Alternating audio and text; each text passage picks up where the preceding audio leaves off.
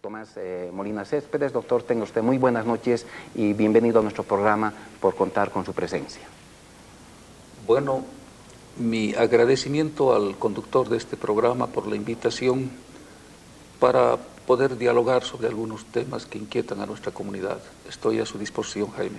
Quisiéramos conocer un criterio ya personal, obviamente, de cada uno de nuestros panelistas, para saber, doctor Molina, ¿qué situaciones, cuál es la importancia de esta reforma integral que está emprendiendo el Viceministerio de Justicia con cooperación de la GTZ y, por supuesto, de connotados consultores?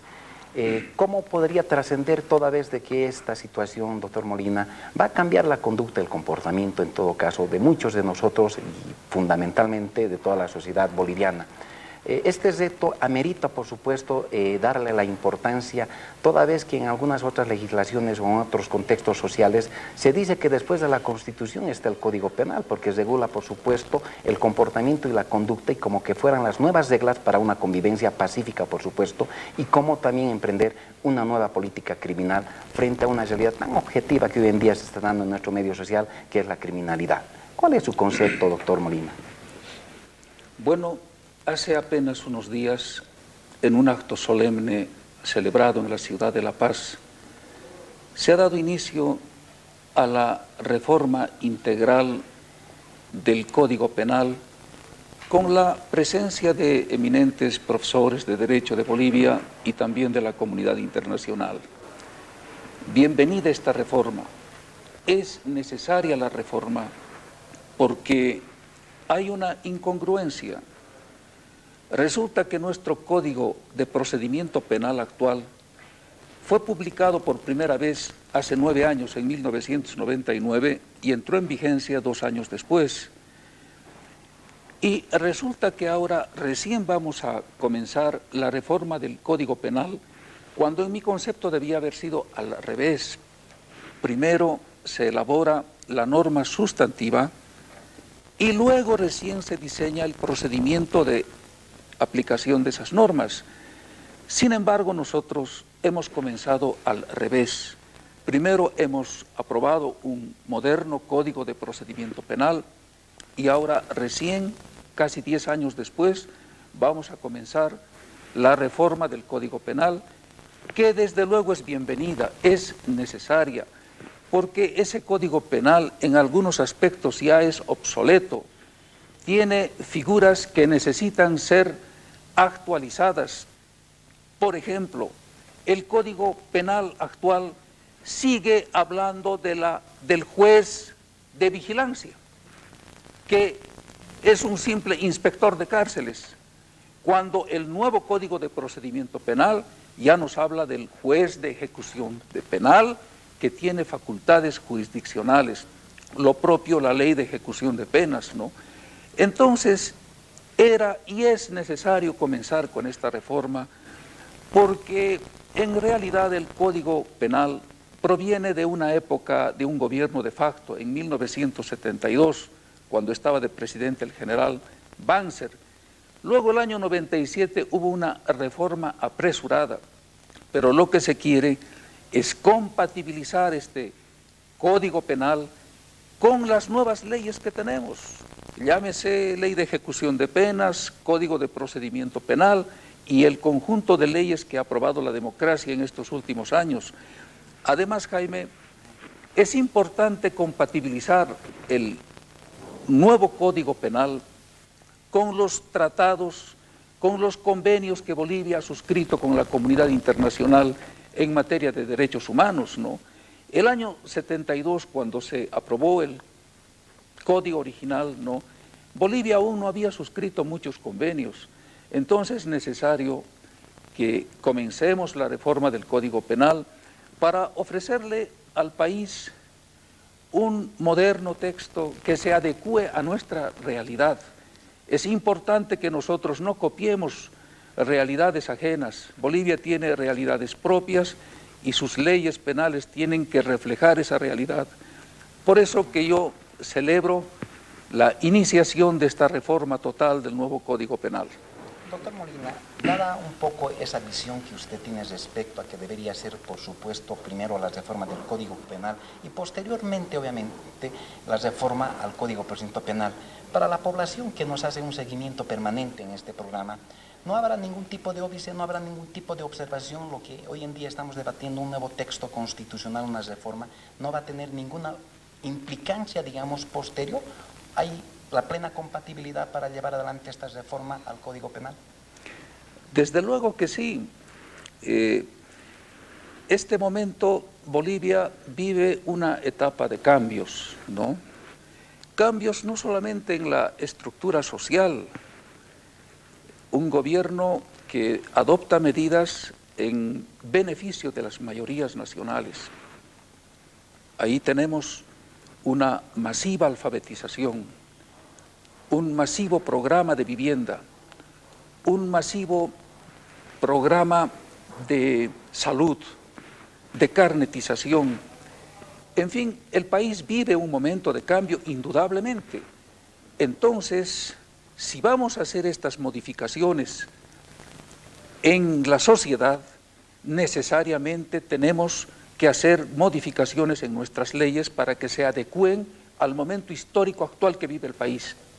Por eso, yo pienso que es necesario este momento que los que se ocupen de la reforma del Código Penal Integral se guíen por tres principios básicos, ¿no? Humanismo en la legislación, ¿no? Seguridad a la sociedad, proteger a la sociedad contra el delito y tratamiento del delincuente para que el delincuente reciba el merecido tratamiento de reeducación en las cárceles para mejorar su conducta. Entonces, si con estos tres principios vamos a inaugurar la reforma total de nuestro Código Penal, no hay por qué preocuparnos si es que paralelamente hay un proceso de reforma constitucional. Qué bueno que podamos estrenar simultáneamente una Constitución nueva y un Código Penal nuevo. Mucho más si ya tenemos el Código de Procedimiento Penal nuevo, aprobado casi hace 10 años. Y que necesita complementarse, por supuesto, al actual sistema, sí, desde luego, porque realmente es incompatible que primero hayamos aprobado el procedimiento y ahora vayamos a la norma sustantiva, pero alguna vez teníamos que haber comenzado y este es el momento adecuado para iniciar la gran reforma del Código Penal. Es importante conocer la experiencia del doctor Tomás Molina justamente en esta temática que es con toda seguridad algo muy complejo, obviamente, y hasta podríamos decir algo conmovedor lo que suele suceder en las cárceles del país. Doctor Molina, pareciera nomás que el Estado, bueno, desde tiempos atrás y muchos otros países latinoamericanos particularmente, que el tema de una política criminal respecto a la resocialización, respecto a la reeducación de un reo, de un condenado en las cárceles, pareciera nomás que fuera esto un tema de gasto que asume o de carga social que asume el Estado, cuando más bien como política criminal la prevención, que es algo muy importante, debería ser una inversión. Pues no, normalmente hemos observado que el Estado pretende en algún momento soslayar esa gran responsabilidad, porque cumplida la pena, con seguridad que podríamos contar con la resocialización, la reeducación del delincuente. Pero naturalmente esos objetivos no se las cumple, porque mucho menos a veces se cumple ese tipo de objetivos. Yo simplemente quiero hacerle este comentario, doctor Molina, que recientemente escuché del director nacional del régimen penitenciario, como que el resultado de su gestión del año pasado es que dio a conocer a la población que un solo reo no escapó de las cárceles. Y pareciera que ese fuera el objetivo, cuando más bien los objetivos elementales y primordiales pasan por la reeducación, la rehabilitación y la resocialización del condenado. ¿Cómo podría usted ilustrarnos, doctor, con tanta experiencia? Yo dijera que usted conoce todos los rincones de Bolivia en lo que se refiere a las cárceles públicas del país. Pero antes quisiera hacer dos precisiones. Adelante, doctor. Yo quisiera señalar que nada debería detener el inicio de la reforma integral del Código Penal. generalmente los países invierten muchos años en una reforma penal. Quiero decirte, Jaime, que en Alemania tardaron 100 años en modificar su código penal. En España, 60 años, ¿no? Y este problema de la reforma penal no va a ser de un día para otro. Bienvenida la inauguración de la reforma, porque esa reforma no tiene que realizarse en un gabinete entre 4 profesores de derecho. Esa reforma tenemos que realizarla todos los bolivianos. Todos debemos participar en reuniones con los miembros de la comisión para opinar cómo debería ser la lucha contra el delito, ¿no? Los que integren estas comisiones de reforma del Código Penal tienen que escuchar al pueblo. Consiguientemente, pienso yo que no deberíamos esperar previamente la aprobación de una Constitución para recién comenzar la reforma penal, porque se entiende que la reforma penal es un proceso que va a durar, y qué mejor que actualmente ya tenemos un proyecto de Constitución que seguramente se va a discutir juntamente con la reforma penal. Por eso creo yo que no deberíamos detenernos, esperar que previamente exista una Constitución para comenzar este gran proceso de reforma en el que tiene que participar todo nuestro país, por una parte. Por otra parte, es verdad lo que acaba de señalar la doctora Ramírez, de que endureciendo las penas no se soluciona el problema delictivo en una sociedad. Es verdad, pero también tenemos que recoger el clamor popular. De alguna manera, el momento de cambio que vive el país tiene que reflejarse en el nuevo Código Penal. Permítanme darles 2 ejemplos. Mire usted, en el actual Código Penal, el delito de malversación, ¿no?, que es aquel acto que comete un funcionario público que desvía fondos, ¿no?, en su beneficio o a una finalidad distinta para la que fue asignada, ¿no?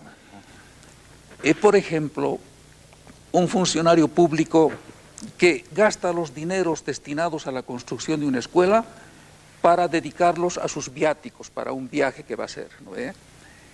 Y este comportamiento es muy común entre nuestros funcionarios públicos que abusan de los dineros que administran. Resulta que en nuestro Código Penal la sanción es de 1 mes a 1 año. ¿No? Sí. Entonces es un verdadero fraude, ¿no? Es decir, es una incitación al delito, una pena tan ínfima por un delito tan grave. En este momento, cuando todas las autoridades buscan luchar contra la corrupción, creo que esos delitos que afectan los dineros del Estado, los dineros de la sociedad, deberían agravarse un poco. No todos, pero en este caso, por ejemplo. Mire, hay otro delito, por ejemplo, que se llama negociaciones incompatibles con el cargo, ¿no? Son aquellos funcionarios que destinan obras, licitan obras por varios millones de dólares a sus familiares, a sus compañeros de partido o a ellos mismos a través de otras personas, con lo que el Estado sufre un gravísimo daño, ¿no?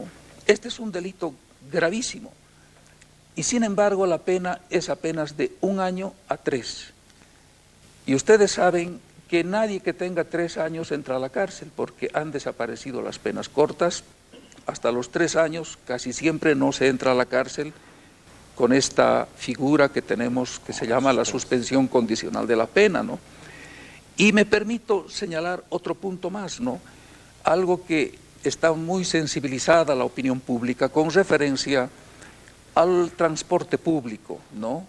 Conductores del transporte público que conducen, ¿no?, vehículos en estado de ebriedad, ponen en riesgo la vida y la integridad de todos sus pasajeros. En una flota viajan 80, 60, 70 pasajeros, ¿no? Y resulta que el conductor maneja en estado de ebriedad, causa un accidente, mueren 30, 40 personas como ocurrió el año pasado. ¿No, doctor? Gravísimo delito, ¿no? Y resulta que la pena es de 1 año a 5, ¿no? Cuando pienso yo que el mínimo de esa pena debería ser 5 años, ¿no? Porque es algo que pone en riesgo la vida de los pasajeros que confían en el conductor, ¿no? Yo quería hacer estas 2 precisiones antes de responder a tu pregunta, pero ahora vamos a responder el tema concreto que acabas de preguntarme, ¿no? Ocurre que en el sistema penitenciario ocurre un divorcio muy grande entre lo que dice la ley y lo que es la realidad. Si nosotros leemos nuestras leyes penales, la ley de ejecución de penas, ¿no? Las cárceles deberían ser verdaderos establecimientos educativos con todas las comodidades y con todos los ambientes como para lograr la readaptación, la resocialización del condenado, o en este caso del delincuente, ¿no? Deberían haber gabinetes psicológicos, gabinetes médicos, gabinetes jurídicos, deberían haber gimnasios en las cárceles, una buena alimentación, pero nada de esto ocurre en la realidad. Yo creo que cuando uno lee la ley de ejecución de penas, uno cree estar leyendo la ley de Suiza, ¿no? Así es. Porque esa ley tiene todas las ventajas que uno puede imaginarse en favor del detenido, ¿no? Pero cuando uno va a la cárcel, ve este abismo brutal entre lo que dice la ley y lo que es la realidad, ¿no? Mira, yo te pongo este ejemplo, ¿no? La ley de ejecución de penas dice que debe haber en cada distrito, ¿no?, 4 tipos de establecimientos penitenciarios. Un centro de custodia para detenidos preventivos. Debería haber una penitenciaría para condenados, ¿no? Debería haber un centro de salud, un establecimiento para personas enfermas, llámese drogodependientes, que tengan alguna enfermedad mental. Y debería haber un 4º establecimiento para menores de edad, porque no es razonable que los menores de edad compartan la prisión con la población delictiva adulta, ¿no? Entonces, la ley señala que deben haber 4 tipos de establecimientos penales. Pero si tú sales a la realidad y, por ejemplo, vas a la cárcel de Sacaba, que es una cárcel emblemática, vas a encontrar que allá están compartiendo la prisión los sanos y los enfermos, los adultos y los viejos, los peligrosos y los no peligrosos, y además los hombres y las mujeres sin ninguna separación, cosa que seguramente no se ve en ningún lugar del mundo, ¿no? Entonces, este brutal divorcio entre lo que dice la ley y lo que es la realidad imposibilita, pues, que las políticas de rehabilitación tengan un éxito, ¿no? Imposibilita, porque no hay medios, ¿no?, para lograr el tratamiento penitenciario en las cárceles. Yo pienso que lo menos que deberían tener las cárceles son, en primer lugar, trabajo, porque solo a través del trabajo el preso puede, pues, lograr una reeducación, ¿no? Pero desgraciadamente lo que más piden los presos en todos los rincones de Bolivia es trabajo. Donde he ido, el primer pedido de los presos es decir, queremos trabajar, y no hay trabajo. Adentro hay una ociosidad total, y la ociosidad, como sabemos, es la madre de todos los vicios. Segundo, educación. Deberían haber talleres educativos en las cárceles, una escuela para poderles enseñar oficios, para poderles enseñar idiomas extranjeros, para poderles enseñar a leer y escribir. No hay nada de eso. Y tercero, otro factor fundamental para la rehabilitación, en mi concepto, es el deporte. El deporte favorece la actividad del preso para poder mejorar su condición. Pero ¿de qué ambientes deportivos podemos hablar, por ejemplo, en la cárcel de San Antonio, una cárcel cerrada donde no hay donde poner un pie, o en la cárcel de San Sebastián? Entonces, mientras no haya la infraestructura adecuada en nuestras cárceles, toda política de tratamiento penitenciario va a ser un fracaso. Por eso mismo, profesores eminentes como don Francisco Muñoz Conde, Barata, Matiensen o el mismo Zaffaroni señalan que han fracasado las ideologías rehabilitación, resocialización, reeducación, todo eso dice que no valen para nada mientras en las cárceles no haya la infraestructura adecuada para mejorar al hombre delincuente. Todo este sistema que hoy en día conocemos en el ámbito penal, todo recluso, todo procesado, todo imputado tiene un sistema, digamos, de beneficios como la libertad condicional, la suspensión condicional de la pena, el perdón judicial, el beneficio del extramuro, y en muchos otros casos recientemente hemos conocido los indultos que el gobierno ha emitido o el Parlamento en su caso también, para que puedan beneficiarse aquellos que están detenidos preventivamente o ya condenados. Doctor, preguntarle a usted, ¿qué es de la víctima? ¿Cómo podríamos abordar dentro de esa reforma penal el tema de la víctima? Fíjese, el imputado tiene una defensa pública que aborda, digamos, su defensa técnica, ¿no es cierto? Y en muchos casos hemos visto la eficiente defensa.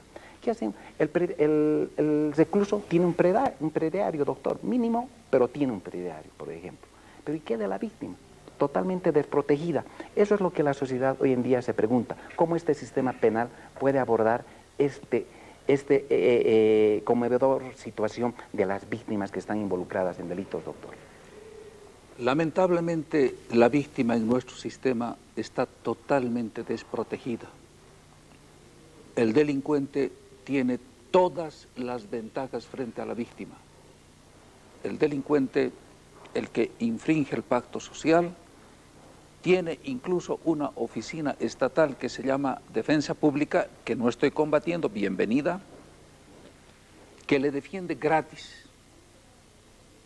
El infractor, el imputado, no paga papel sellado, no paga timbres, tiene abogada gratuita. Nada de valores. Absolutamente nada. El Estado le da toda la asistencia que se le puede dar en un Estado de Derecho a un imputado. El imputado goza de todas las garantías de un código tan garantista como el que tenemos, mientras tanto la víctima no goza de ninguno.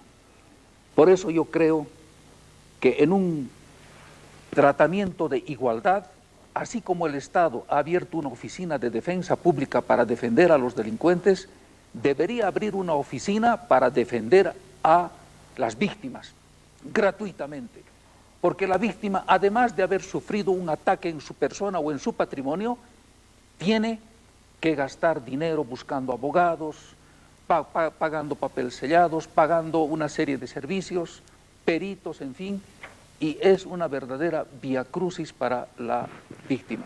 Creo yo que en un Estado de Derecho en el que hay igualdad de tratamiento para todos, así como el delincuente tiene protección, bienvenida a la protección, no estoy atacando a la protección, igualmente la víctima debería tener similares protecciones de parte del Estado. Lo menos que el Estado debería dar a las víctimas pobres es defensa gratuita pública y permanente como trabaja la defensa pública aún los días feriados y otros días, porque allá trabajan las 24 horas del día. Así debería tratarse a la víctima. Entonces, pienso que los que acometan esta tarea inmensa de la reforma penal, ¿no?, deberían también acordarse de la víctima, pero de manera real, ofrecerle posibilidades de que esté en un plano más o menos de igualdad en cuanto a la protección de sus derechos ante los tribunales de justicia. Esto es cuanto yo podría decir, y tal vez aprovecho la oportunidad para volver un poquito al tema anterior de la reforma penal. Creo yo que la evolución social exige la creación de nuevos tipos penales, ¿no? Claro, nuestro sí. código es de hace, pues, casi 40 años, ¿no?, de la década de los 70.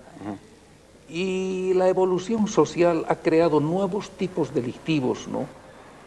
Y es importante que en esta reforma se introduzcan nuevos tipos. Mira, lo que ha ocurrido, por ejemplo, el domingo y hoy he escuchado en la televisión, la policía ha sorprendido en un vehículo a un grupo de personas armadas, incluso tenía uno de ellos una metralleta, ¿no? Se supone que estaban queriendo atracar a alguien, ¿no? Pero resulta que los llevan a la Fuerza Especial de Lucha contra el Crimen y el pobre fiscal se ve en figurillas, no sabe cómo detenerlo porque portar armas no es delito. Así es. Y lo han tenido que soltar. ¿Por qué? Porque los que ocupaban el vehículo han dicho que estaban trasladando armas de un amigo de un domicilio a otro y que estaban haciendo un favor. Y bueno, y como no habían cometido ningún delito, ¿no? Y no tenían antecedentes, entonces los han puesto en libertad.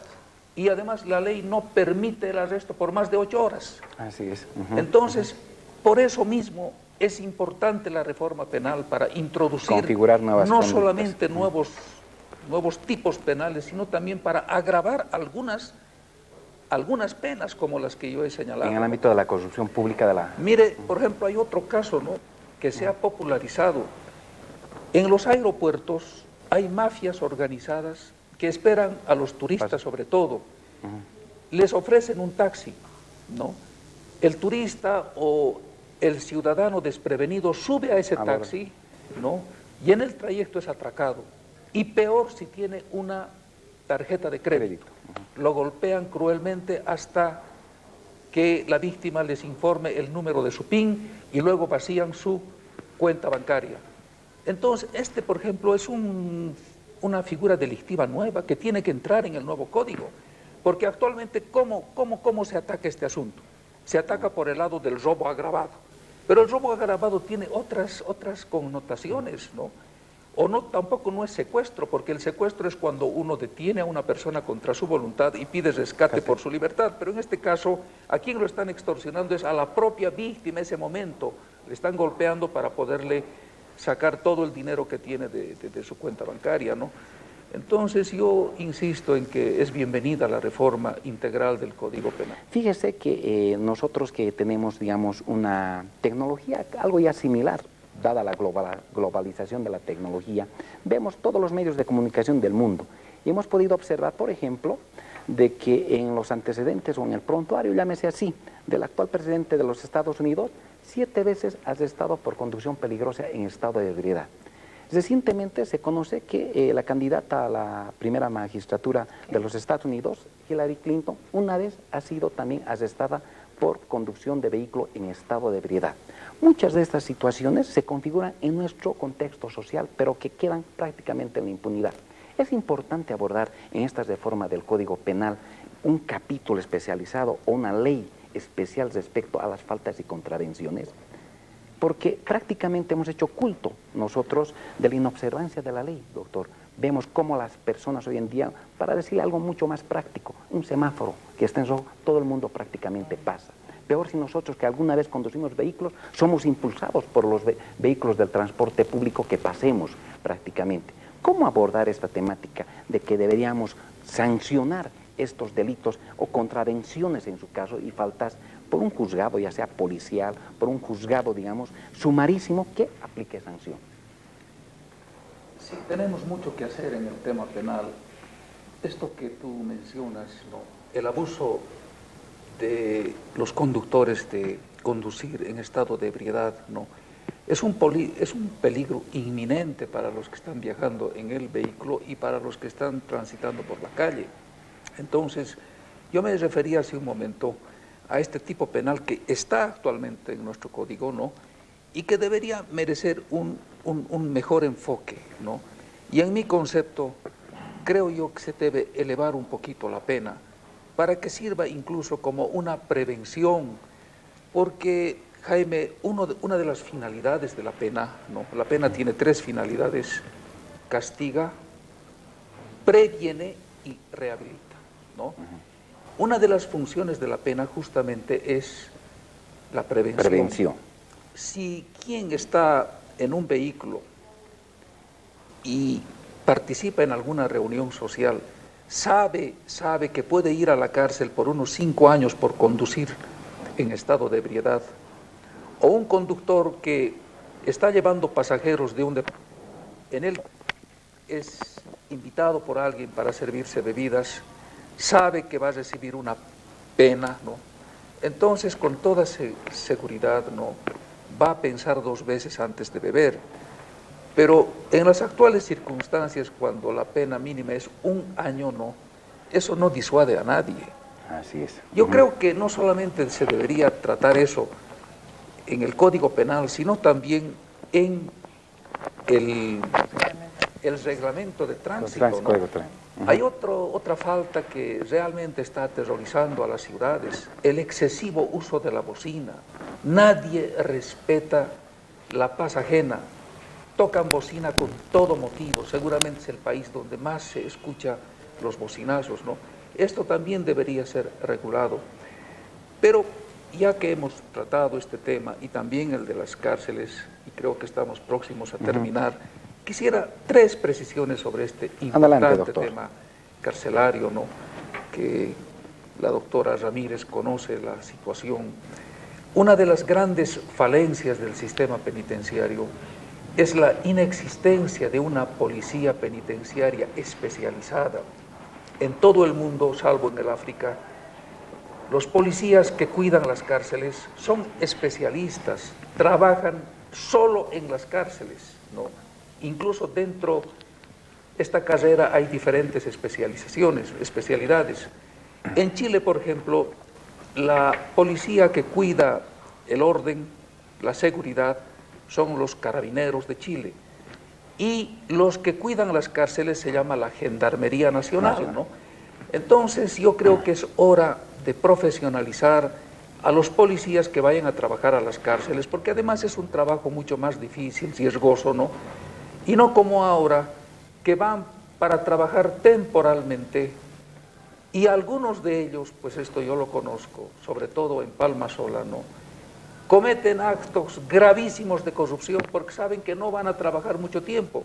Han ido simplemente a cumplir servicio por unos 6 meses o por unos 3 meses y no les importa lo que hagan en la cárcel porque eso no va a figurar en su filé personal. Entonces es hora de que el país cuente con una policía penitenciaria exclusivamente destinada a la custodia de las cárceles, ¿no? Así vamos a tener mayor seguridad y que esos policías tengan un mejor salario, porque es un trabajo difícil. Por ejemplo, trabajar en Chonchocoro es sufrir tanto como sufren los presos en esas condiciones totalmente adversas. Otro gravísimo problema, seguramente Bolivia es el único país del mundo en cuyas cárceles viven niños, cualquier cantidad de niños. Yo en el último informe que presenté, ¿no?, un informe detallado el año 2006, contabilicé 1.400 niños viviendo en las cárceles de Bolivia, la mayor parte de ellos en Palmasola. Y resulta que a fin de año, en la época de vacaciones, ese número se triplica, porque los demás hijos de los presos van a pasar su vacación a la cárcel, ¿no? Y la cárcel está saturada de niños. Este es otro problema grave que el Estado tiene que solucionar de una manera muy humanitaria, como dice la ley, creando albergues para estos niños, no echándolos a la calle como alguna autoridad sugirió, ¿no? Y un punto más quiero señalarte, ¿no? Algo que me sorprendió cuando estuve en la dirección penitenciaria, resulta que Bolivia es el país que tiene menos presos en todo el continente americano con relación a su población. Increíble, ¿no? Resulta que Estados Unidos, por ejemplo, por cada 100.000 habitantes, tiene 850 presos, ¿no? El segundo país en el mundo que le sigue en número de presos es Rusia, con unos 790 presos por cada 100.000 habitantes, ¿no? Y resulta que en el continente americano, Bolivia, Paraguay y Colombia son los países que tienen menos presos. Y uno se pregunta, ¿no?, ¿Bolivia tiene pocos presos porque tiene una población pacífica o porque su justicia funciona mal? No. Y resulta que en estos 3 países, Bolivia, Paraguay y Colombia, donde la justicia no funciona bien, la inseguridad es total. Hay datos estadísticos que señalan que de 100 casos que llegan al Ministerio Público, 97 son rechazados, 3 llegan a tribunales. Definitivamente. Entonces, a eso también se debe la inseguridad ciudadana. Tenemos que mejorar nuestra justicia para poder mejorar la seguridad ciudadana.